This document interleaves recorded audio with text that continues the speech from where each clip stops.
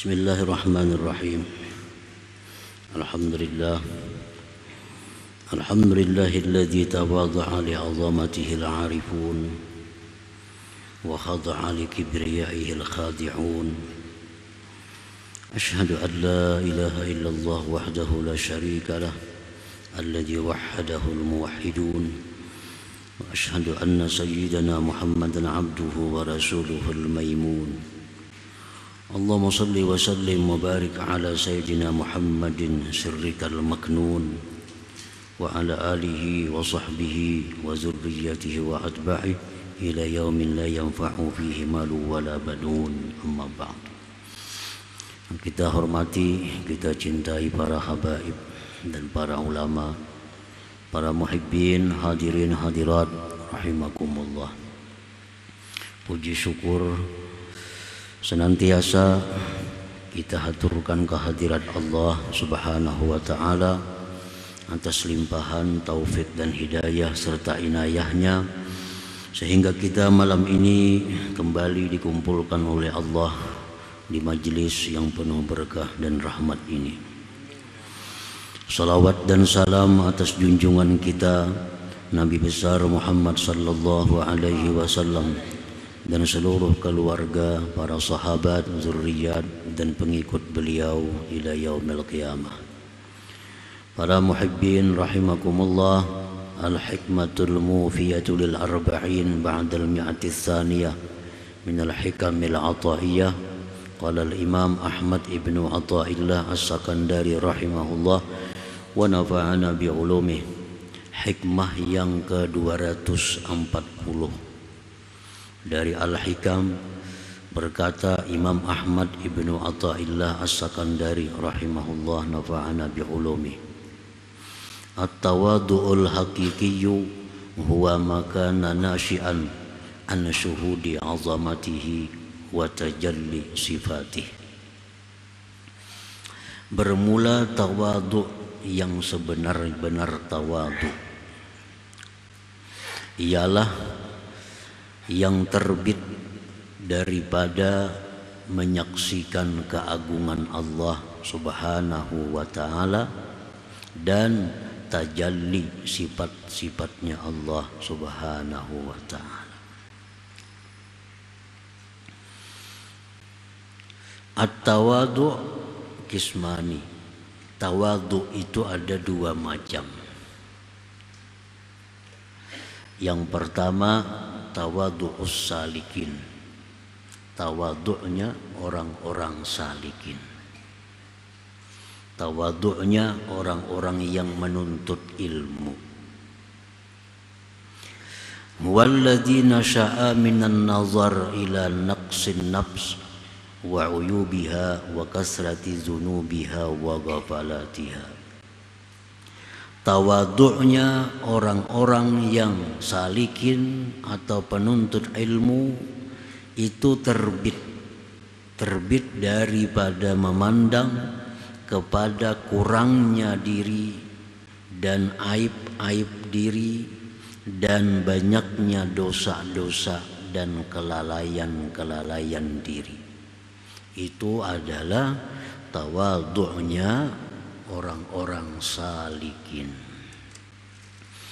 Ini memandang bahwa dirinya ini banyak kekurangan, dirinya ini banyak cacat, dirinya ini banyak dosa, dirinya ini banyak lalai kepada Allah. Dari situlah dia merasa bahwa orang lain itu lebih mulia daripada dia. Nah, itu tawadhu'nya orang-orang salikin. Dia memandang kepada kekurangan dirinya, keaiban dirinya, kehinaan dirinya. Dia sadar bahwa dirinya itu diciptakan Allah dari setitis air yang hina. Dirinya itu diciptakan Allah dari nutfah, setitis air yang hina. Jadi dasarnya diri kita di situ. Itu aslinya diri kita. Aslinya diri kita ini dari setitis air yang hina itu. Dan lagi dia memandang dirinya itu banyak dosa. Dosa akibat daripada banyaknya melanggar hukum-hukum Allah, banyaknya meninggalkan kewajiban-kewajiban yang diwajibkan oleh Allah. Sedangkan taubatnya, istighfarnya belum tentu diterima oleh Allah. Kita hari ini melanggar hukum Allah, dosa. Kita hari ini meninggalkan kewajiban yang diwajibkan Allah, dosa. Kita hari ini memandang yang diharamkan Allah, dosa. Kita hari ini mengucapkan kalimat-kalimat yang dilarang Allah, dosa lagi. Banyak dosa. Itu pasti. Pasti setiap yang dilarang Allah, bila kita perbuat, dosa.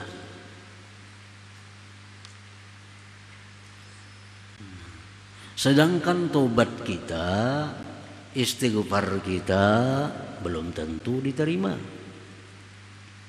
Belum tentu diterima. Di mana kita tahunya pada tobat kita diterima? Kalau kita memandang yang diharamkan Allah, kita sudah yakin dosa. Mau kada mau. Kalau kita berkata-kata dosa, berkata-kata ghibah, berkata-kata bohong, dosa. Pasti dosa. Karena itu dilarang oleh Allah. Nah, kita mendengar hal-hal yang sifatnya haram, dosa. Banyak dosa. Pasti. Kita makan ampun orang, makan harta orang, dosa. Nah, kemudian kita tobat kepada Allah. Tobat. Di mana tahu tobat kita diterima? Yakinlah kita. Hanya baik sangka aja kita kepada Allah. Yakin kada bisa yakin, karena kita kada tahu. Perkara kita berbuat dosa pasti yakin. Nah, perkara kita tobat itu diterima oleh Allah, kita kada kawa yakin, kada kawa pasti, kada kawa. Sebab kenapa kada kawa pasti? Karena apa yang disyaratkan di dalam taubat itu sulit ukurannya untuk bisa dipastikan. Contohnya kita berbuat dosa. Taubat dari dosa itu satu, menyesal. Nah, menyesal itu satu kata-kata, satu kalimat yang sulit ukurannya. Menyesal. Kita hilang duit 100.000, menyesal. Kita hilang duit 1 juta, makin sesal lagi. Kita hilang duit 10 juta, makin menyesal lagi. Nah, sedangkan kita berbuat dosa, kalau kita tobat kita mesti menyesal. Menyesal itu macam apa ukurannya? Apakah macam kita hilang duit 1 juta atau macam hilang duit 10 juta? Itu kalau ukurannya. Nah, jadi setiap kali kita berbuat yang haram pasti dosa. Perkara kita tobat belum tentu tobat kita diterima. Karena apa? Karena barangkali sesal kita itu kada sampai kepada batas yang dituntut oleh Allah Subhanahu wa ta'ala. Nah, para muhibbin rahimakumullah. Nah, jadi karena dia melihat asal muasal dirinya ini dari benda yang hina, ditambah lagi banyaknya dosa, lalu inya merasa orang yang lainnya lebih mulia daripadanya. Inya merasa bahwa orang lain itu lebih mulia daripadanya. Nah, inilah tawadhu orang-orang salikin. Tawadhu orang-orang yang sedang menjalani suatu jalan keridhaan Allah Subhanahu wa ta'ala. Melihat siapapun orang lain, ia menganggap bahwa orang lain terlebih mulia daripada dirinya. Kenapa? Karena aku banyak dosa. Aku tahu diriku, sedangkan diri orang kok kada tahu. Diri orang kok kada tahu. Hati orang kada tahu. Sedangkan aku tahu bujur hatiku, tahu bujur kelakuanku. Banyak dosanya. Nah, lalu disitulah timbul tawadhu tadi untuk orang-orang salikin. Nah, kemudian wa tawadhu'ul arifin, tawadhu orang arif. Walladzi nasha'a an syuhudi 'azamatillah wa tajalli sifatihi fi kulli syai'. Tawadhu'nya orang-orang yang arif itu timbulnya daripada menyaksikan keagungan Allah dan nampaknya sifat-sifat Allah pada tiap-tiap sesuatu. Ya, sekedar tahu kita, walaupun kita belum sampai ke makam arifin, nah, paling kadang kita tahu bahwa tawadhu mereka dengan tawadhu kita ini beda sumbernya. Tawadhu kita bersumber dari memandang kepada diri kita, banyak dosa dan sebagainya. Sedangkan tawadhu orang arif, dia memandang kepada keagungan Allah. Nah, memandang kepada keagungan Allah, memandang kepada kejayaan Allah, memandang kepada keperkasaan Allah, memandang kepada kekayaan Allah, lalu merasa dirinya ini kada punya apa-apa. Nah, sama aja juga ujung-ujungnya, cuma cara pandangnya belain dengan orang-orang arif. Orang arif ini dia memandang ke atas, kembali kepada dirinya. Sedangkan orang salikin memandang ke bawah, kembali kepada dirinya. Lianna man syahida 'azamatallah sagurat wa zabat nafsuh fala yara nafsaha syai'a. Karena orang yang menyaksikan keagungan Allah kecil dan hancur dirinya, dia tidak melihat lagi dirinya itu sesuatu yang bisa dipandang. Kalau sudah kita memandang kepada keagungan Allah, kita ini kada ada apa-apa lagi. Kalau sudah kita melihat kepada kekayaan Allah, kita kada akan jadi apa-apa lagi. Melihat kita kepada keperkasaan Allah, kita akan hancur, kita akan kada jadi apa-apa lagi. Nah, disitulah tawadhu'nya orang arif itu. Tawadhu'nya orang arifin.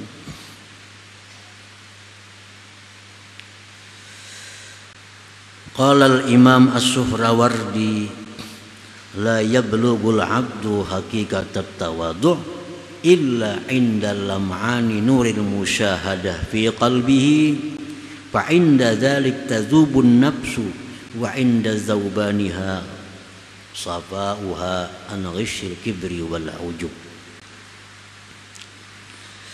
Tidaklah sampai seorang hamba kepada hakikat tawadhu kecuali ketika memancarnya cahaya musyahadah di dalam hatinya. Ketika yang demikian itu hancurlah dirinya, dan ketika hancur dirinya itulah kebersihan dirinya daripada kesombongan dan keujuban. Jadi kalau orang-orang salikin itu, dia masih merasakan keberadaan dirinya yang hina ini. Dia masih merasakan keberadaan dirinya yang banyak dosa itu. Itu orang salikin. Oleh karena itu mereka tawadhu. Sedangkan orang arifin, karena dia memandang kepada keagungan Allah, dia kadang merasakan lagi keberadaan dirinya ini. Hilang. Apalagi yang disombongkan, menghilang, kada berisi diri lagi. Nah, kalau orang salikin masih merasa ada punya diri tapi hina. Nah, kalau orang arifin mereka kadang merasakan lagi punya diri karena memandang kepada keagungan Allah Subhanahu wa ta'ala. Nah, itulah yang disebut dengan hakikat tawadhu itu. Hakikat tawadhu. Para muhibbin rahimakumullah. Contohnya umpamanya ada orang berisi duit 1 miliar. Si A ini ada berisi duit 10.000 atau 5.000. Ini merasa dikit, miskin, fakir, sedikit berisi duit. Lalu dia tawadhu. Ada si B ini kada sing duitan sama sekali. Kada sering duitan sama sekali. Nah, apalagi nang ditawadhu akan, nah apalagi nang disombong akan, kada bisa apa-apa. Nah, itulah perbedaan antara orang arif dengan orang salikin. Orang salikin masih merasa ada punya diri, tetapi hina, tapi banyak dosa, lalu tawadhu. Nah, kalau orang arifin dia karena memandang kepada kebesaran Allah kada merasa lagi punya diri, tenggelam dalam keagungan Allah Subhanahu wa ta'ala. Qala Zunnun al-Misri, man arada tawadhu' falyuwajjih nafsahu ila 'azamatillah fa innaha tazub, wa man nadhara ila sultanillah zahaba sultanu nafsihi lianna an-nufusa kullaha hakirah inda haibatillah subhanahu wa ta'ala. Barang siapa yang menghendaki akan tawadhu yang sebenar-benar tawadhu artinya, maka hendaklah dia menghadapkan dirinya kepada keagungan Allah bahwa dirinya itu akan hancur. Jadi tawadhu kita orang salikin ini masih dianggap ada sombongnya oleh orang-orang arifin. Kita ini sudah merasa hina, merasa banyak dosa, itu dianggap masih ada sombongnya oleh orang-orang arifin, oleh orang-orang yang tingkatan atas. Kenapa dianggap sombong? Karena dia masih merasa ada punya diri. Ada punya diri masih. Di situ ada kesombongan.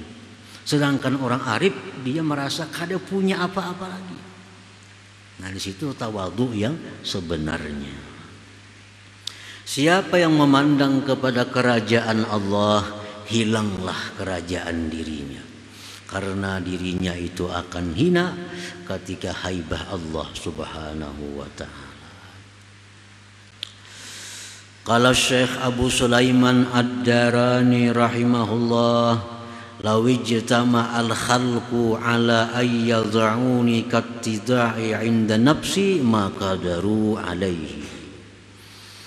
Ujar Syekh Abu Sulaiman Ad-Darani, jikalau berkumpul seluruh makhluk untuk menghinakan aku, untuk merendahkan aku, sebagaimana aku merendahkan diriku, niscaya mereka tidak akan mampu.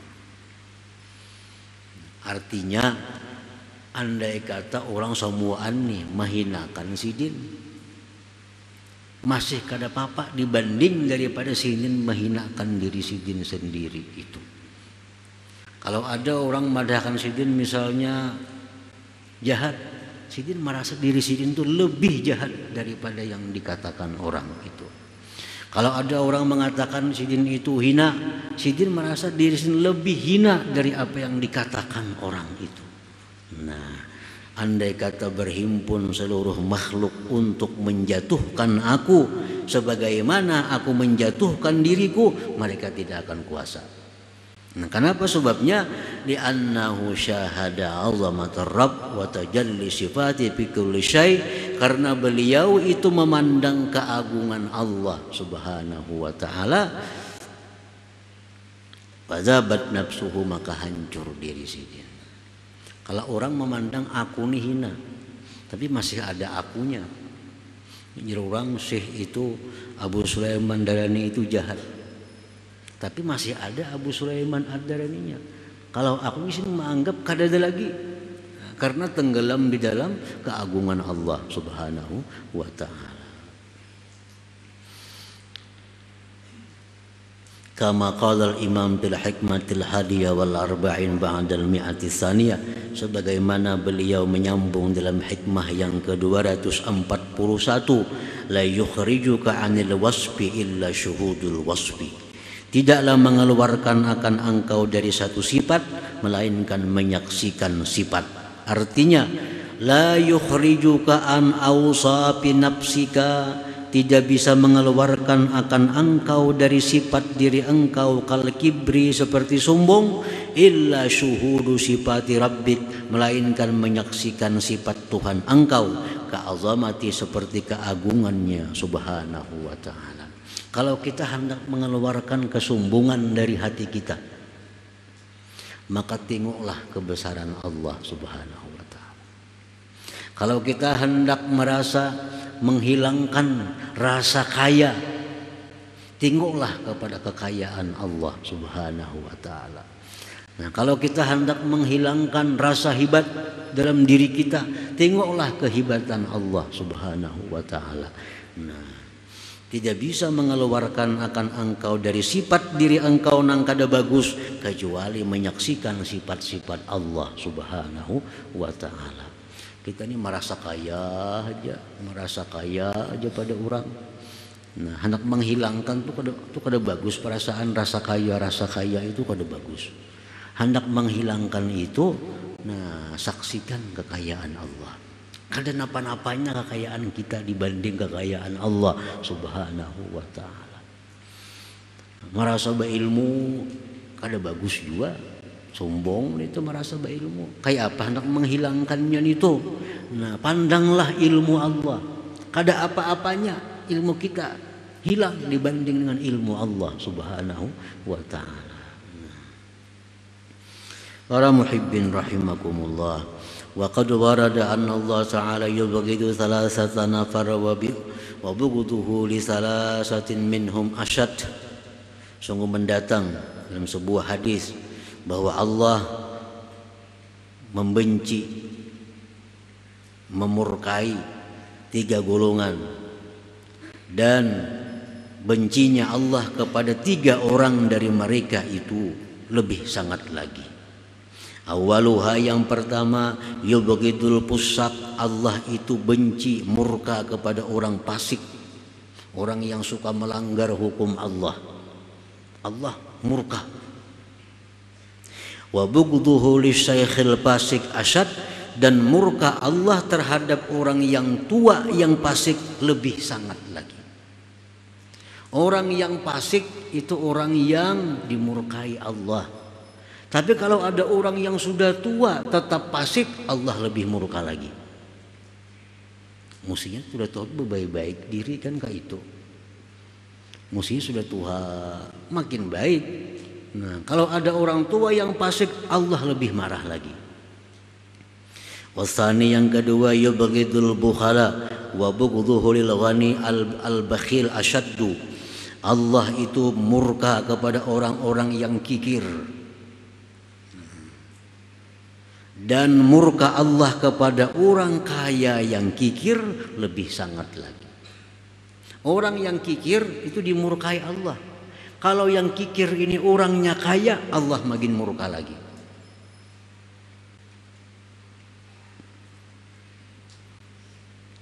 Wasalis, yang ketiga, yubghidul mutakabbirin, Allah murka kepada orang-orang sombong. Wa bughdhuhu lil fakiril mutakabbir asyad, dan murkanya Allah kepada orang fakir yang sombong itu lebih sangat murka Allah.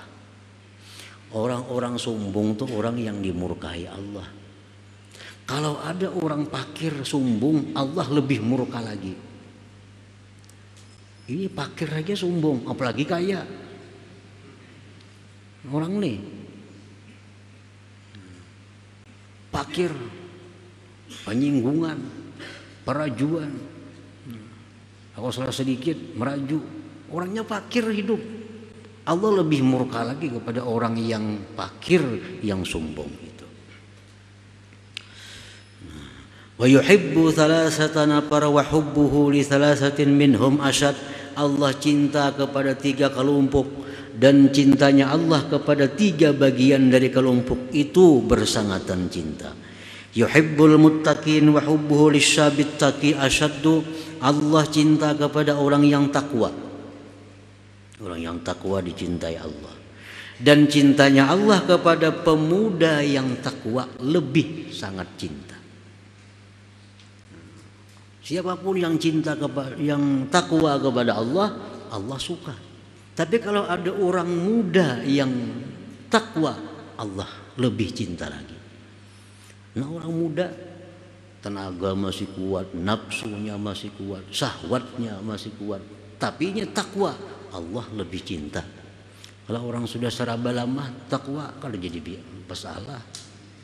Mata sudah kaur, telinga tapi mendengar, awak serba sakitan. Takwa kepada Allah, mesti takwa sudah Tuhan. Nah, kalau orang anum mampu takwa, Allah suka, sangat suka. Wasani yang kedua, yuhibbul askhiya wa hubbuhu lil fakiri sakhi ashad. Allah cinta kepada orang-orang pemurah. Orang pemurah itu dicintai Allah. Dan Allah lebih cinta lagi kalau orang fakir tapi pemurah. Hidupnya pas-pasan padahal. Pas-pasan hidupnya. Cuma sampat saja menyumbang. Sampat saja mentraktir kawan minum. Padahal seorang gini pas-pasan juga. Nah, ini Allah paling suka. Orang fakir tapi ada jiwa sosialnya. Wasalis yang ketiga, yuhibbul mutawadi'in wa hubbuhu lil ghaniyil mutawadi asyad. Allah cinta kepada orang-orang yang tawadu. Allah cinta kepada orang-orang yang tawadu. Dan Allah lebih cinta lagi kepada orang kaya yang tawadu. Orang sugih ini potensi sombong. Orang sugih itu potensial sombong karena dia punya harta. Nah, dia punya kekuatan. Tapi kalau ada orang sugih tapi tawadu, Allah sangat cinta daripada orang-orang tawadu yang lainnya. Ada orang alim tawadu, ada orang ini pedagang tawadu, ada, semua dicintai Allah. Tapi kalau ada orang sugih tawadu, Allah sangat cinta. Allah sangat cinta. Nah, kemudian selanjutnya hikmah yang ke-242 insyaallah taala. Ya hadratin Nabi sallallahu alaihi wasallam, al-Fatihah. Ya kana na'budu wa iyyaka nasta'in. Ya Allah biha, ya Allah biha, ya Allah husnul khatimah, ya Allah biha, Allah biha, ya Allah bihusnil khatimah, ya Allah biha, ya Allah biha, Allah bihusnil khatimah, ya ayyuhar rajuna minhu syafa'atan sallu sallimu